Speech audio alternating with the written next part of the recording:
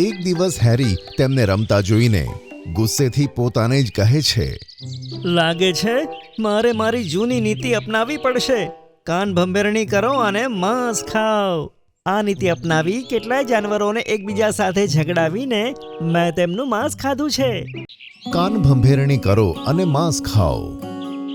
એક જંગલમાં બ્રુનો સિંહ પોતાની પત્ની લીલા સિંહણ સાથે રહેતો હતો. તેમના બાળકનું નામ સિમ્બા હતું. એક વખત બ્રુનો સિંહ બીમાર પડ્યો અને બીમાર હાલતમાં તેની પત્નીને કહે છે, લાગે છે હવે હું બચવાનો નથી. આવી વાતો ના કરો, તમે ઠીક થઈ જશો. ના લીલા, મને બીમાર પડે 1 મહિના કરતા વધારેનો સમય લાગી ગયો છે. તું જંગલના બધા જાનવરોને ભેગા કર. પોતાના પતિના કહેવા પર લીલાએ એવું જ કર્યું. બ્રુનો સિંહે જંગલના બધા પ્રાણીઓને કહ્યું કે મારા જંગલના વહાલા મિત્રો, મને લાગે છે કે હવે હું વધારે જીવિત રહેવાનો નથી. તેથી હું જીવતાની હાલતમાં મારી પત્ની લીલાને આ જંગલની રાણી બનાવીને જઉં છું. આજથી લીલા જ તમારા બધાની રાણી છે. બ્રુનોની આ વાતને હેરી શિયાળ ધ્યાનથી સાંભળતું હતું. હેરી શિયાળ ખૂબ જ કપટી અને ચાપલૂસ શિયાળ હતું. તે જંગલમાં બધા પ્રાણીઓની એકબીજાના વિરુદ્ધમાં કાન ભંભેરણી કરી અને ઝઘડા કરાવતું હતું. આ તમે કેવી વાત કરો છો મહારાજ? તમારે તો એક પુત્ર પણ છે, તેને રાજા કેમ ઘોષિત નથી કરતા? જંગલનું કોઈ જ પ્રાણી તમારી પત્નીની વાત નહીં સાંભળે, કારણ કે એ સિંહણ છે, સિંહ નહીં. પોતાની બકવાસ બંધ કર શિયાળ. સિમ્બા હજુ નાનો છે. હેરી શિયાળ બબડતો ત્યાંથી ક્રોધિત થઈને જતો રહ્યો. રસ્તામાં તે પોતાને જ કહેવા લાગ્યો કે આ ઘરડો સિંહ પોતાને સમજે છે શું? થોડા સમય પછી બ્રુનો સિંહ મરી ગયો અને લીલા સિંહણ રાણી બની ગઈ. એવામાં જ બીજા જંગલમાં ભયાનક દુષ્કાળ પડી ગયો અને જંગલના બીજા જાનવર પોતાનું જંગલ છોડીને બીજા જંગલમાં જવા લાગ્યા. એ જ જંગલમાં રંગબેરંગી ગાયોનું એક ટોળું પોતાનું જંગલ છોડીને બીજા જંગલમાં જઈ રહ્યું હતું. એવામાં તે જૂથમાંથી રાધા ગાય પોતાના વાછરડા ગગન સાથે છૂટી પડી ગઈ અને લીલા સિંહણના જંગલમાં આવી. મને લાગે છે માં, આપણે બંને ખોવાઈ ગયા છીએ. તું ઠીક કહે છે ગગન. રસ્તામાં તને ઊંઘ આવી ગઈ હતી અને મને લાગ્યું તને ઉઠાડવું ઠીક નહીં રહે. તો મને ઉઠાડી દેતા. હવે ખબર નહીં આપણે આપણા ઝુંડને મળી શકીશું કે નહીં. અને આ જંગલ પણ નવું છે. ચિંતા ના કર, હું આ જંગલના રાજા સાથે વાત કરીશ. એવામાં ત્યાં હેરી શિયાળ આવ્યો. ગાય અને વાછરડાને જોઈ તેના મોઢામાં પાણી આવ્યું અને પોતાને જ બોલ્યો કે આ ગાય તો ખૂબ જ રંગબેરંગી અને સ્વાદિષ્ટ છે. કોઈ ખાસ પ્રજાતિની લાગે છે અને તેનું વાછરડું હા પણ સ્વાદિષ્ટ લાગે છે. મને તેમનું માંસ ખાવા જો મળી જાય તો મજા આવી જાય. શિયાળ ખરાબ ઈરાદાથી તેમની પાસે જ આવી રહ્યો હતો કે ત્યાં જ લીલાનો સલાહકાર હાથી ત્યાં આવી ગયો. કોણ છો તમે? તમે તો આ જંગલના નથી લાગી રહ્યા અને આ જંગલમાં શું કરી રહ્યા છો? તમે બરાબર કીધું. અમે અમારા ઝુંડથી અલગ થઈ ગયા છીએ. શું અમે થોડા દિવસ આ જંગલમાં રહી શકીએ? એના માટે અમારા જંગલની રાણી સાથે વાત કરવી પડશે. ચલો મારી સાથે. પછી સલાહકાર હાથી તે બંનેને લીલા પાસે લઈ ગયો. લીલા તે બંનેને જોઈને આશ્ચર્યચકિત થઈ ગઈ. તમારા જેવી રંગબેરંગી અને ચમકીલી ગાય મેં આજ સુધી નથી જોઈ. એવું છે કે અમારું ઝુંડ એક અલગ પ્રજાતિનું છે. અમે લોકો બીજા જાનવરોથી છુપાઈને રહીએ છીએ. હું કોઈ કારણસર પોતાના ઝુંડથી છૂટી પડીને અહીંયા આવી ગઈ છું.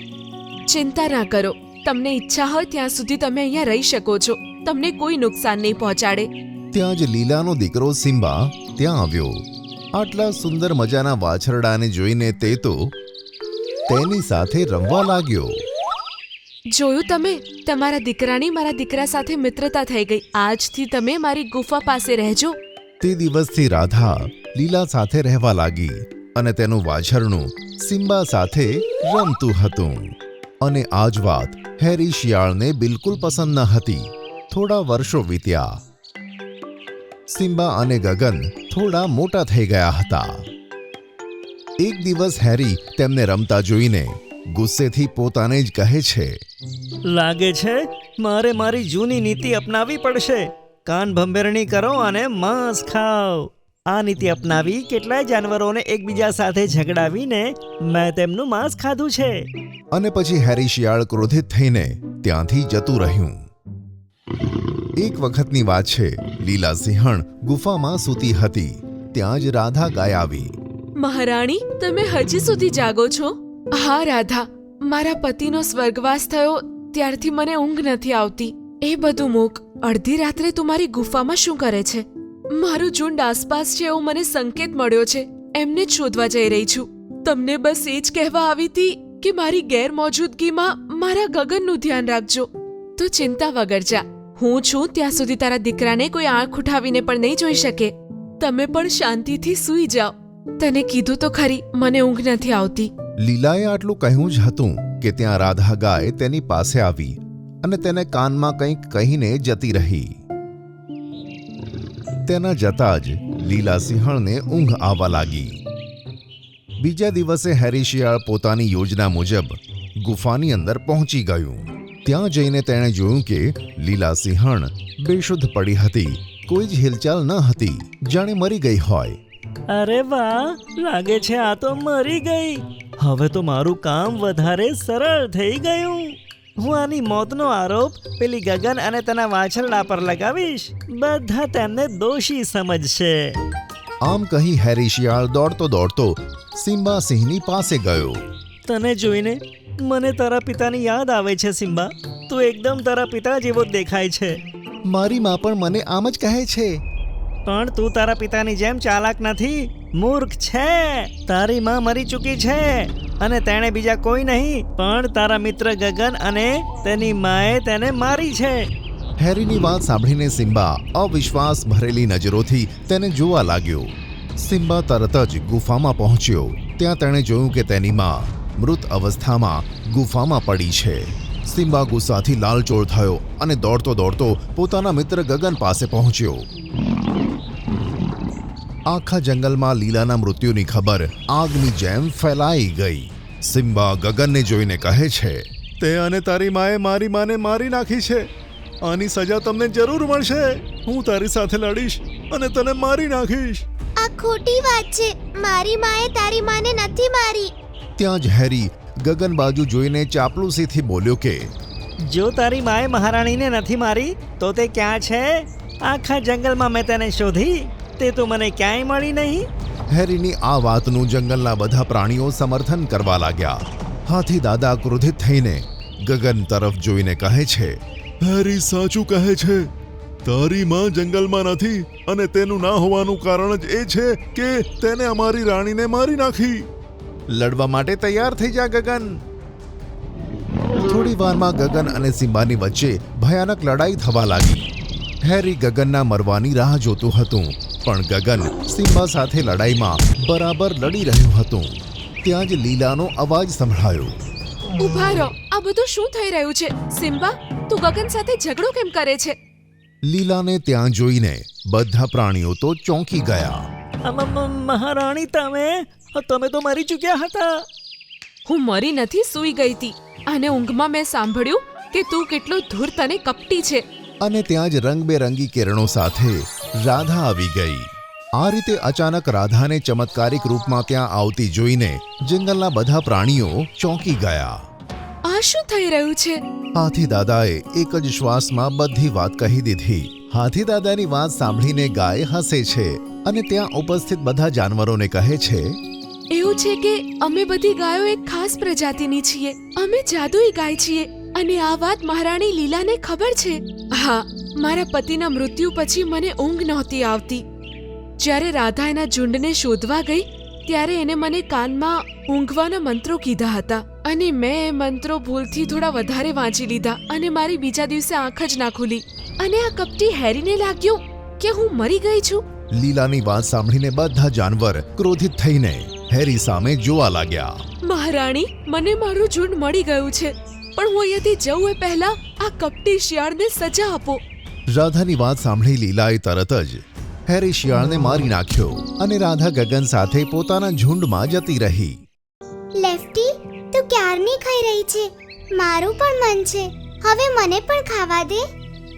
આને હું ખાઉં કે તું, એમાં કોઈ અલગ વાત નથી, કારણ કે આપણું પેટ તો એક જ છે ને.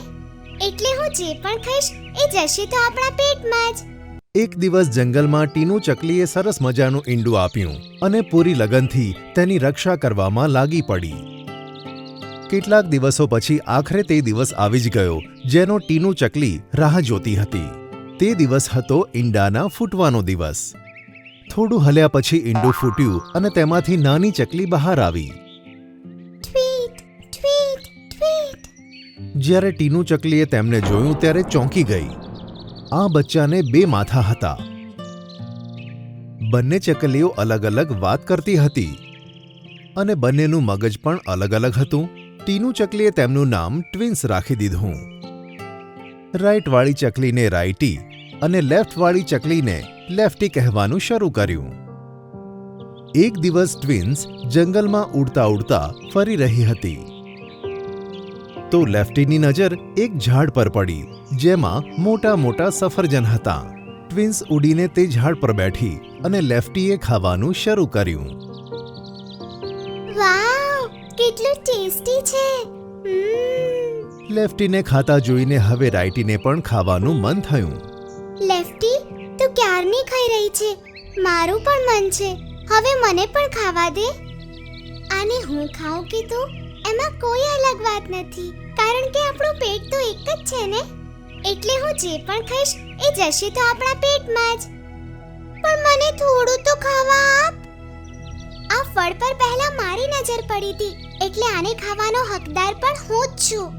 આ સાંભળીને રાઈટી આગળ કશું ના બોલી, પણ તેના મનમાં હવે બદલો લેવાની ભાવના જાગી ઉઠી. પછીના દિવસે પણ આવું જ થયું. જ્યારે ટ્વિન્સ આકાશમાં ઉડતી હતી તો આ વખતે રાઈટીની નજર એક ઝાડ પર પડી અને તે ઝાડની ડાળ પર બેસી ગઈ. પણ આ વખતે રાઈટીએ ખાવાનું શરૂ કર્યું અને લેફ્ટી ચૂપ રહી. રાઈટી, હવે તે બહુ જ ખાઈ લીધું છે, થોડુંક મને પણ ખાવા દે. કેમ? આ ફળ પર મારી નજર પહેલા પડી હતી ને, તો આને તો હું જ ખાઈશ. એમ પણ આપણું પેટ તો એક જ છે ને, તો જે હું ખાઉં છું એ જશે તો આપણા બંનેના પેટમાં ને. આ રીતે તેઓ એક હોવા છતાં તેમનામાં અલગ અલગ ભાવના પેદા થઈ ગઈ. ટીનુ ચકલીને જ્યારે આ વાતની ખબર પડી ત્યારે તેણે એક પ્લાન બનાવ્યો. આગલા દિવસે તેણે ટ્વિન્સને કહ્યું, ટ્વિન્સ, હવે તમે મોટા થઈ ગયા છો. આ ઉંમરના થવા પર બધી ચકલીઓને એક ટેસ્ટી ફ્રૂટ ખાવાનો મોકો મળે છે. હવે ટાઈમ આવી ગયો છે કે તમે પણ એ ફ્રૂટ ખાઓ. અચ્છા મમ્મી, તો તમે અમને એ લાવીને આપો, અમે ખાઈ લઈશું. હા મમ્મી, મને પણ ખાવું છે, પ્લીઝ જણાવો. તું અહીંયાથી નોર્થ તરફ ઉડી જા. એક નાનકડો તળાવ પાર કર્યા પછી તને લેફ્ટ સાઈડ પર એક એવું ઝાડ દેખાશે જેમાં તને વાદળી રંગના ફળ લટકેલા દેખાશે. એ જ ફળ છે જે તમારે ખાવાનું છે. સાંભળીને લેફ્ટી ખુશ થતા બોલી, એ લેફ્ટમાં આવશે, એનો મતલબ પહેલા મારી નજર એની ઉપર પડશે. આ સાંભળીને રાઈટીને ખોટું લાગ્યું, પણ તે કશું જ ના બોલ્યું. ત્યાર પછી ટ્વિન્સ નોર્થ બાજુ ઉડવા લાગ્યું અને ઘણા સમય પછી તેઓને તે ઝાડ પણ દેખાયું જેની વાત ટીનુ ચકલીએ કરી હતી. પણ તે લેફ્ટ સાઈડ હોવાના કારણે લેફ્ટીની નજર સૌથી પહેલા તેની ઉપર પડી. તેથી તે તેના ફળને ખાવા લાગ્યું. વાહ, કેટલું ટેસ્ટી છે આ, મજા આવી રહી છે. આ સાંભળીને રાઈટી કશું જ ના બોલ્યું, કારણ કે તેને ખબર હતી કે તે કહેશે તો પણ લેફ્ટી તેને કશું જ નહીં આપે. લેફ્ટીએ ખૂબ મજાથી ખાધું અને પછી રાઈટી બોલ્યું, બસ કર, હજી કેટલું ખાઈશ, મારું પેટ ભરાઈ ગયું છે હવે. ખબર છે, પણ શું કરું, આ છે જેટલું ટેસ્ટી કે રહેવાતું જ નથી. તે બંને હતા પણ પેટ તો એક જ હતું, તેથી લેફ્ટી પણ વધારે ખાઈ ન શક્યું અને ટ્વિન્સ ફરી પાછા પોતાના માળા તરફ ઉડવા લાગ્યા. ટ્વિન્સ, કેવું લાગ્યું બેટા એ ફળ? ખાઈને મજા આવી ને? હા મમ્મી, બહુ મજા આવી, બહુ ટેસ્ટી હતું. પણ આણે મને જરા પણ ખાવા ન દીધું. લેફ્ટી, તે આવું કેમ કર્યું? મમ્મી, એ ઝાડ લેફ્ટમાં હતું એટલે પહેલા મારી નજર એની ઉપર પડી તો એને ખાવાનો હક તો મારો જ હતો એટલે ના આપ્યું. ટાઈમ આવવા પર તમને બધું સમજાઈ જશે. થોડી વાર પછી તરત જ લેફ્ટીના ગળામાં દુખવાનું શરૂ થઈ ગયું અને રાત પડતાં જ તેનું ગળું વધારે ખરાબ થઈ ગયું. હવે તો તેને બોલવામાં પણ તકલીફ પડતી હતી. મમ્મી, મારા ગળામાં સવારથી જ દુખાવો છે, જ્યારથી એ ફ્રૂટ ખાધું હતું.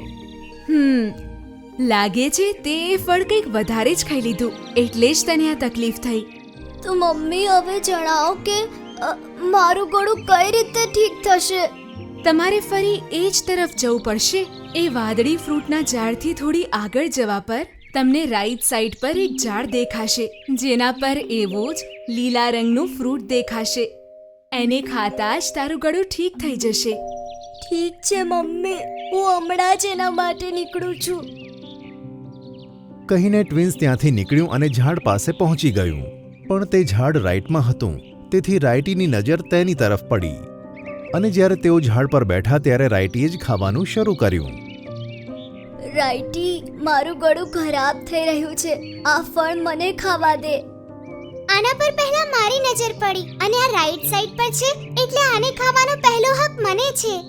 આટલું કહીને રાઈટીએ તે ફળને ખૂબ મજા લઈને ખાધું અને ફરી પોતાના માળા તરફ પાછા આવી ગયા.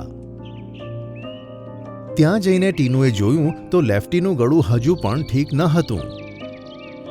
તો લેફ્ટીએ તેને બધું કહી દીધું. સાંભળીને ટીનુ ચકલી હસી કારણ કે હજુ અસલી પ્લાન બાકી હતો. થોડીવાર પછી ટ્વિન્સના પેટમાં દુખાવો થવા લાગ્યો અને પછી રાઈટીએ ટીનુ ચકલીને કહ્યું, મમ્મી, મારા પેટમાં બહુ દુખે છે. તમે એક હોવા છતાં પણ અલગ મગજોથી અલગ નિર્ણયો લીધા છે અને પોતાના બે ભાગ કરી દીધા. તારા પેટમાં દુખાવો એટલે જ થાય છે કારણ કે તે ગળાને ઠીક કરવાવાળું ફળ વધારે ખાઈ લીધું. હવે તમારે ફરી ત્યાં જવું પડશે અને આ વખતે લેફ્ટ સાઈડ જે ઝાડ આવે એ ફળથી તારું પેટ ઠીક થઈ જશે. પણ લેફ્ટ સાઈડ તો લેફ્ટીની છે અને ગળું ખરાબ હોવાના કારણથી લેફ્ટી એ ફળ નહીં ખાઈ શકે. હવે જણાવો આ પરેશાનીથી કઈ રીતે છુટકારો મેળવશો? સાંભળીને લેફ્ટી અને રાઈટી બંનેને પોતાની ભૂલ પર પસ્તાવો થયો. પહેલા જે ફ્રૂટ લેફ્ટીને ખાવું છે એ એને ખાઈને એનું ગળું ઠીક કરી લેશે અને એના પછી જે ફળ લેફ્ટ સાઈડ પર આવશે એને હું ખાઈ લઈશ એટલે મારું પેટ ઠીક થઈ જશે. અને આજથી અમે વચન આપીએ છીએ કે અમે હવે કેરીની જે ગળીએ જે પણ મળશે એને અડધું અડધું ખાઈ લઈશું અને એકબીજાની વાત પણ માનીશું. સાંભળીને ટીનુ ચકલી ખુશ થઈ ગઈ અને પછી ટ્વિન્સ પોતાના બે મોઢા સાથે ત્યાં ઉડી ગઈ. પહેલા રાઈટીએ પોતાની સાઈડ પરથી લેફ્ટીને તે ફ્રૂટ ખવડાયું જેથી તેનું ગળું સાજું થઈ ગયું. પછી આગળ જતા લેફ્ટીએ પોતાની સાઈડ પરથી રાઈટીને તે ફ્રૂટ ખવડાયું જેથી તેનું પેટ સાજું થઈ ગયું. પછી ટ્વિન્સ ખુશી ખુશી પોતાના માળા તરફ આગળ વધ્યા અને આમ લેફ્ટી અને રાઈટી એકબીજા સાથે વાતો કરતા કરતા ફરીથી એક થઈ ગયા.